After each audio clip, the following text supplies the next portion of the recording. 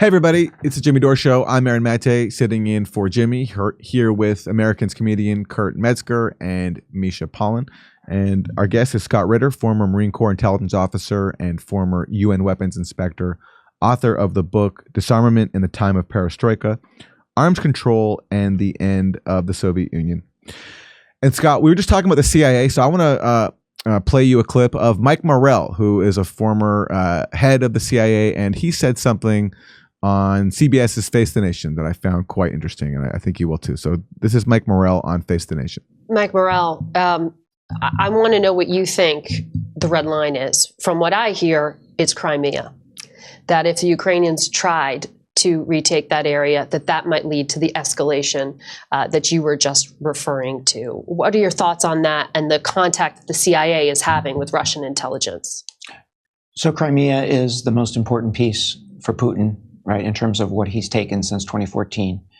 But I'm not sure what that escalation could look like. I mean, he doesn't have a lot left from a military perspective.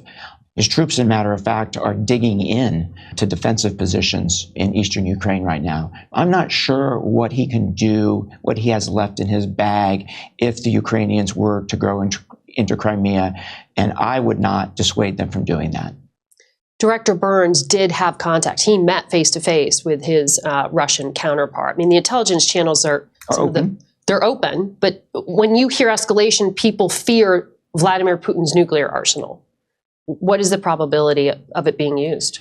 So I hope that part of the communication, right, between Director Burns and his counterparts in Russia are, here is what the United States will do if you were to use a nuclear weapon or biological weapons on the battlefield. And I hope that we've sent a message that our response would be significant and consequential. What does significant look like? I think what it looks like is U.S. forces attacking Russian forces inside Ukraine. I think that would force Vladimir Putin to think twice. All right, that's Mike Morell, the former acting director of the CIA, speaking on Face the Nation. Scott Ritter, he says there that he thinks Ukraine should go into Crimea. And then he says that the U.S. should threaten Russia with direct attacks on Russian forces inside of Ukraine. Well, Mike Morell's an idiot. I'm sorry to say. I mean, I'll say it straight to his face. Hey, Mike, you're an idiot. What a stupid thing to say. I hope when you were the acting director of the CIA, you didn't provide that kind of evidence or advice to the commander in chief. If I had been the commander in chief and you had said that, I'd fire you on the spot. You're supposed to be a Soviet expert. I mean, Mike Morell, started out as an analyst in the Soviet analysis division, supposedly the elite division of the group. When I was, I wrote a book, Disarmament Time Perestroika, and I talk about my interaction with Sova and such. They were pretty good. So he used to be pretty good. What happened? I mean, he has to understand a couple things. One, it's not just that Crimea's off limits. It's all off limits. Russia has absorbed 4 new territories: Kherson, Zaporizhia, Donetsk, and Lugansk. Every Russian official has said this is irreversible. The Constitution, I think it's Article 64, it belongs to Russia. And it ain't going back, ever, ever. So for Ukraine to think it's going to go into Crimea, it has to be capable of defeating Russia militarily. And we just had General Zaluzhny say he can't do it unless you give him 300 more tanks, 500 more armored fighting vehicles, 500 more artillery pieces, and unlimited ammunition. Can't do it. It isn't going to happen. So Mike Morell sitting there spouting off nonsense. What, it gets him a moment in time on Face the Nation? That's it. No one's going to think twice about anything Mike Morell said on that show in a week or 2 weeks or 3 weeks. Is the reality of the battlefield sits in. Hey, Mike, you never wore the uniform of in the military, so you don't know jack about any aspect of modern warfare. Russia's on the defensive. Gosh, I don't know. What do you do before you go on the offensive, Mike? You've never done it, so you don't know. But you anchor your offense with a solid defense. And that's what Russia has done. They made it impossible for Ukraine to penetrate their current lines. And when the time is right, when those 10 to 15 divisions come rolling in with the most modern T-90, T-80, T-73 tanks, not 300 of them, thousands of them, Mike, thousands of these tanks are going to come in, and there's nothing the Ukrainians can stop them with. Oh, U.S. troops. Wow, there's a novel concept. What, the 4,700 members of the 2nd Brigade of the 101st Airborne Division in Romania? Light infantry, Mike? Light infantry against the Russians? How many artillery pieces does the 2nd Brigade of the 101st Airborne Division have, Mike?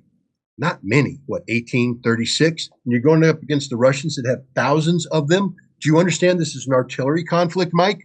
And that the American forces, A, their helicopter, delivered, they're all going to be shot down before they get into Ukraine. B, once they get on the ground, they'll be eviscerated by Russian artillery. And C, whatever's left is going to turn into ground meat as Russian tanks grind them up. What, you're going to bring in the 1 or 2 brigades we have in Poland? What's that, 10,000 American troops?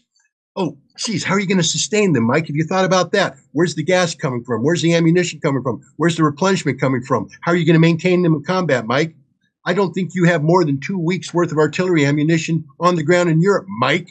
And so you're going to get into what, an artillery duel? Again, each brigade has 18 to 36 artillery pieces. You're going up against 5,000 Russian artillery pieces. It's game, set, match, Mike. I'm sorry, Aaron, I don't mean to go on a rant like this, but Mike Morell is just an idiot. He's a moron. He's going on TV saying things he would never say as the director of the CIA, because as the director of the CIA, there would be consequences for such inanity. He's on there right now talking to other idiots, journalists who don't know anything about the military as well. They've sitting there, they had a producer whisper in their ear, say X, Y, and Z, so they say it, and then Mike answers and they nod and they say something else. They have no clue what he's saying, because if they had any clue, they'd turn to Mike and say, "You're an idiot. Why would America ever get involved in a ground war in Ukraine against Russia at a time when Russia has maximized its combat potential and we have nothing to put on to oppose them?" This isn't, back in 1991 when we had 200,000, 300,000 troops on the ground. We don't have that anymore. Well, he has a habit of saying stuff like this. I want to go to a clip of Mike Morell speaking in 2016, not about a different battlefield, the battlefield of Syria, where the CIA had spent billions of dollars on a dirty war, arming sectarian death squads. And Mike Morell was angry that Russia had intervened against them. And so this is what he proposed, speaking to Charlie Rose of PBS. I'd give them the things that they need to both go after the Assad government, but also to have the Iranians and the Russians pay a little price, right? When we were in Iraq, the Iranians were giving weapons to the Shia militia who were killing American soldiers, right? The Iranians were making us pay a price. We need to make the Iranians pay a price in Syria. We need to make the Russians pay a price. The other thing we make them pay the price by killing Russians, yes, and killing Iranians, yes, covertly. So you don't tell the world about it, right? You don't stand up at the Pentagon and say we did this, right? But you make sure they know it in Moscow and Tehran. Here's the other thing I want to do. So you don't tell the world about it, but I'm telling you right now about it. Yeah, but right, or else when we do it, we're gonna have 3 sources call up Jack Murphy and tell him about it. Look. The fact is, let me show you how stupid Mike Morell is. How did the U.S. military respond during this period of time about the potential of Russian-U.S. conflict? We set up a de-confliction line where Russians and Americans would pick up the phone and call each other and make sure that there was no potential for an accident to take place. The one time there was this contact was an unfortunate incident that took place in, I think, Dore al-Zur, near an oil field. It wasn't Russian troops. The deconfliction line took place. The Americans called up the Russians and said, "Hey, we got some stuff happening here. There appear to be some Russian speakers on the ground. What do you want us to do?" And the Russians went, "They ain't Russian troops. You do whatever you want to do." And so we killed them. But everybody brags about it as if we made the Russians pay a price. No, these were poor slobs who signed a contract to work for some Syrian oligarch who was trying to, seize some oil infrastructure. The Russians had nothing to do with it. We don't want to fight Russia because there's consequences for that. The consequences could be nuclear warfare. Remember, Aaron, what I told you why Joe Biden would never sign off on stupidity like covert action inside Russia, like the Jack Murphy's article was? Because nuclear warfare is something to take seriously. That's why we would never allow direct conflict with Russia in Syria, because we knew once that happened, escalation begins, and the potential endpoint of escalation is general thermonuclear war, and we have no way to guarantee that we don't get to that point. That's why Morell's an idiot. He was an idiot in 2016. He's an idiot today. I mean, put him on TV. Why not? It just exposes the idiocy of the entire mainstream media that allows this jerk on TV to say things. America, wake up. This is your future. It's your lives, the lives of your children, your grandchildren. This isn't a joke. This is as real as it gets. And if we continue to play stupid Jack Morell type games, there may not be a tomorrow. Everybody, we're doing live stand-up comedy in Los Angeles in January and February in Los Angeles. And then we're going to Tempe, Palm Springs, Milwaukee, Minneapolis, Nashville. Go to jimmydore.com for a link for all those tickets and become a premium member while you're there.